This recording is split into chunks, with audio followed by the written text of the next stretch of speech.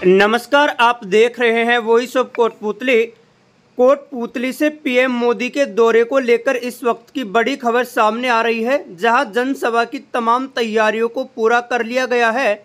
आज कार्यक्रम प्रभारी पूर्व मंत्री अरुण चतुर्वेदी प्रेस कॉन्फ्रेंस कर मीडिया को इसकी जानकारी दी। आज शाम करीब 5 बजे तक सूबे के मुखिया सीएम भजनलाल शर्मा भी कोटपुतली के गांव मोलाहेड़ा स्थित डेंटल कॉलेज के सामने सभा स्थल पहुंचेंगे और व्यवस्थाओं का जायजा लेंगे। सुनिए इस दौरान मीडिया को संबोधित करते हुए पूर्व मंत्री अरुण चतुर्वेदी ने क्या कुछ कहा।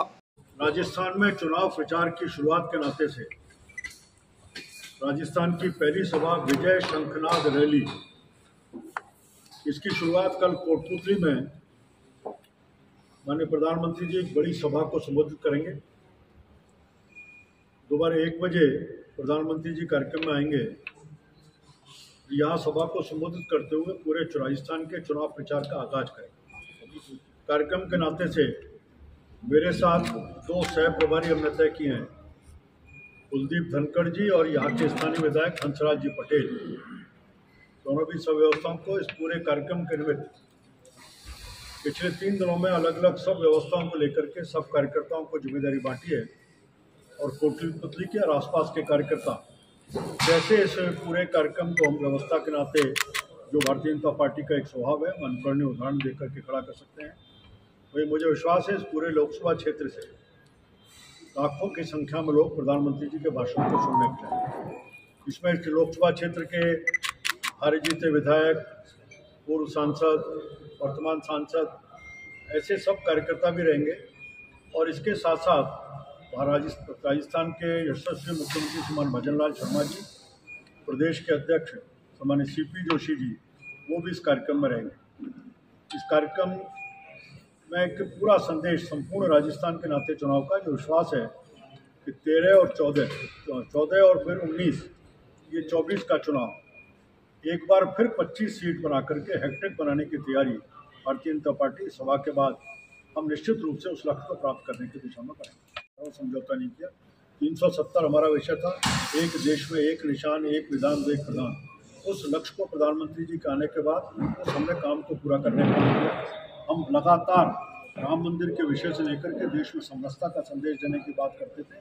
माननीय सर्वोच्च न्यायालय के आदेश के बाद उस चीज़ को भी हम पूरा करते हुए राम मंदिर का, जिसमें हम भारतीय सांस्कृतिक विरासत को खड़ा करने का, जिसमें राम मंदिर का विषय होगा, चाहे काशी विश्वनाथ का होगा, काल आपने उज्जैन के महाकाल के मंदिर का विषय होगा, धीरे धीरे मथुरा की तरफ भी माननीय कोर्ट ने इस दिशा में कदम बढ़ाए, वो सब पड़ रहा है विरासत का। इस तरफ हम जिस अंत्योदय की बात को लेकर के दीनदयाल जी ने एक संकल्पना को दिया था, उस विचार को केवल हमने विचार तक सीमित नहीं रखा।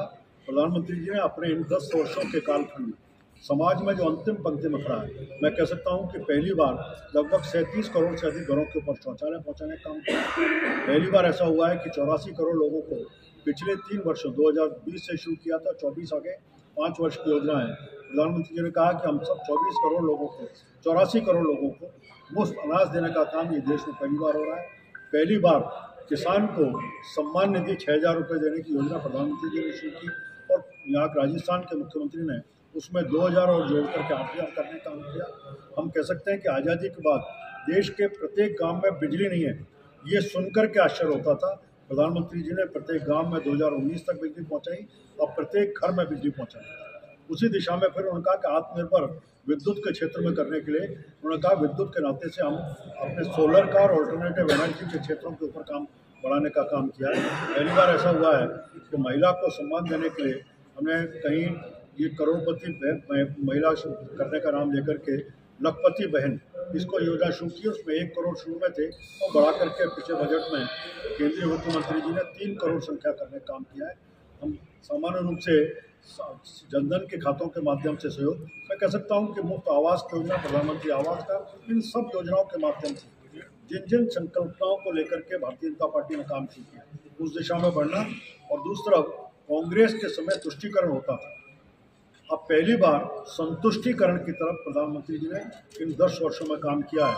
हम किसी के तुष्टि के लिए नहीं, आम आदमी की संतुष्टि, आम आदमी का सम्मान, उसका गौरव रहे और अपनी आवश्यकताओं की पूर्ति कर सके, उस दिशा में काम। कोटपुतली का अपना महत्व है और मेरे को लगता है शायद जितनी मुझे याददाश्त में आता है, प्रधानमंत्री जी की कोटपुतली क्षेत्र में पहली सभा, राजस्थान का अंचल सावी नदी के किनारे पांडवों का क्षेत्र रहा। इसका अपना महत्व है। इधर हम जहाँ भरतपुर अलवर का क्षेत्र, ये शेखावाटी का क्षेत्र, बीच का केंद्र जो पूरे संपूर्ण क्षेत्र में संदेश देने का काम करता है। और अपने आप में भी इतिहास में कोटपुतली ने काफ़ी कुछ देने का काम किया है। इस स्थान को प्रधानमंत्री जी ने चुना है कि यहाँ से हम राजस्थान के चुनाव प्रचार का आगाज करेंगे। वैसे तो शायद देश का शुरुआत का सभाओं में से कोटपुतली की सभा रहेगी। कल सुबह उनकी उत्तराखंड में एक सभा है और उसके बाद दूसरी सभा कोटपुतली है। स्वच्छता की व्यवस्था इसमें है, स्टेज की व्यवस्था है, सुरक्षा की व्यवस्था, पार्किंग की व्यवस्था, प्रचार प्रसार, मीडिया, ये जो प्रमुख व्यवस्था रहती हैं उन सब व्यवस्थाओं के कामों को बांटा और एक कोई 2-5 कार्यकर्ता अलग व्यवस्था की आवश्यकता अनुसार सब कार्यकर्ताओं को टोली स्थानीय कार्यकर्ताओं को बनाइए। यहाँ जिलाध्यक्ष जी, दोनों हमारे संयोजक, सतवीर जी हमारे यहाँ के संगठन के प्रभारी हैं जिले के, जी लगे हुए हैं, विमल जी अग्रवाल इस लोकसभा के नाते सह प्रभारी के नाते काम देख रहे हैं। ये लगातार रहते हैं, सब चीज़ों का सुपरविजन कर रहे हैं। सर वैसे तो व्यवस्थाओं को प्रॉपर अंजाम दिया जा रहा है, सभी लोग 40 करोड़ लोगों की चिंता की, राजस्थान के 7 करोड़ लोग, उनके प्रधानमंत्री जी ने लगातार चिंता की। हम कह सकता हूँ ERCP जो 5 साल से लटकी हुई थी, भटकी हुई थी, उसको मूल रूप प्रधानमंत्री जी के इनिशिएटिव पर राजस्थान में सरकार बनते ही 23वें दिन पूरा यमुना जल का घोंजा था उसको पूरा करने का ऐसे करके एक करते हुए तो संपूर्ण राजस्थान में देश में भी संदेश और स्थानीय विषयों को लेकर के यहाँ भी हाल ही में इंडिया एक अलग मीडिया के लिए अलग हमने ब्लॉग बनाया है और उसकी एंट्री भी अलग, सामान्य जहाँ है उस एंट्री से नहीं है, उसकी एंट्री अलग होगी। जहाँ हमारे पार्टी के वरिष्ठ कार्यकर्ता में प्रधान, पूर्व प्रधान, जिला परिषद, जिला प्रमुख ऐसे पूर्व हो गए, वो सब बैठेंगे। वहीं उसके पास में हमने मीडिया का ब्लॉग बनाया, उसकी गैलरी में। Thank you. 1975 में देश में आपातकाल लगा था। श्रीमती गांधी कांग्रेस की बड़ी नेता, देश की प्रधानमंत्री थी, देश के संविधान को रोक दिया, प्रेस की स्वतंत्रता के ऊपर प्रतिबंध लगाने का काम किया। जो सरकार के और सरकार की नीतियों के खिलाफ बोलते थे, ऐसे हजारों कार्यकर्ताओं को, जिसमें स्वयं अटल बिहारी वाजपेयी थे, लाल कृष्ण अडवाणी जी थे, नानाजी देशमुख थे, उस समय के हमारे राजनारायण जी थे, ऐसे विभिन्न दलों के लोग, उन सबको भी जेल में डालने का काम हुआ। अलग अलग शों पर लगातार अत्याचार और केवल सरकार के हिसाब से जो बोलेगा उसको चलेगा, दूसरे पर कार्रवाई। ये आज़ादी के बाद लगातार इस देश में। कल हमारे देश के यशस्वी प्रधानमंत्री श्री नरेंद्र भाई मोदी जी लगभग 3:10 के यहाँ लैंड करेंगे और हजारों की संख्या में कार्यकर्ता लग रहे हैं। स्थानीय विधायक श्री हंसराज जी पटेल ने पूरी टीम को लगा रखा है यहाँ पे और प्रशासन का भी पूर्णतः सहयोग है। तो पार्किंग से लेकर और स्टेज की, बैठने की, पानी की, सभी चीज़ों को दुरुस्त किया जा रहा है और अच्छी से व्यवस्था की जा रही है। कितने लोगों के पहुँचने के लगभग 1.5 से 2 लाख का टारगेट लेके हम चल रहे हैं और जो यहाँ आसपास के लोगों में उत्साह है, मोदी जी पहली बार यहाँ कोटपुतली की पावन धरा पे पधार रहे हैं, तो मुझे ऐसा लग रहा है, ऐसा प्रतीत हो रहा है कि ये संख्या और भी ज़्यादा बढ़ सकती है। कोटपुतली में पहली बार इतना बड़ी कोई सभा है या आयोजन कह सकते हैं, तो पूरी व्यवस्थाएं जैसे पार्टी देती है या प्रशासनिक ना पूरी व्यवस्थाएं पार्टी के कार्यकर्ताओं के द्वारा और स्थानीय विधायक श्री हंसराज जी पटेल के नेतृत्व में यहाँ के समस्त कार्यकर्ताओं के द्वारा देखी जा रही है और जो प्रशासनिक जो जहाँ सहयोग की हमें आवश्यकता है उनसे भी सहयोग। कितने हेलीपैड बनाए गए यहाँ? तो अभी यहाँ 4 हेलीपैड यहाँ बने हुए हैं और अभी आपके सामने पूरा लवाजमा लगा हुआ है, पूरे कार्यकर्ताओं की टीम लगी हुई है, बहुत अच्छी सी व्यवस्था हो रही है। और मेरा आप सब लोगों के माध्यम से ये आह्वान है कार्यकर्ताओं से कि आप समय से ही पहुँचें, क्योंकि काफ़ी भीड़ रहेगी, लाखों की संख्या में लोग रहेंगे, तो वो जाम में फंसने की वो स्थिति हो जाएगी। तो आप सभी, मैं यही कहूँगा कि 10 बजे तक आप सभा स्थल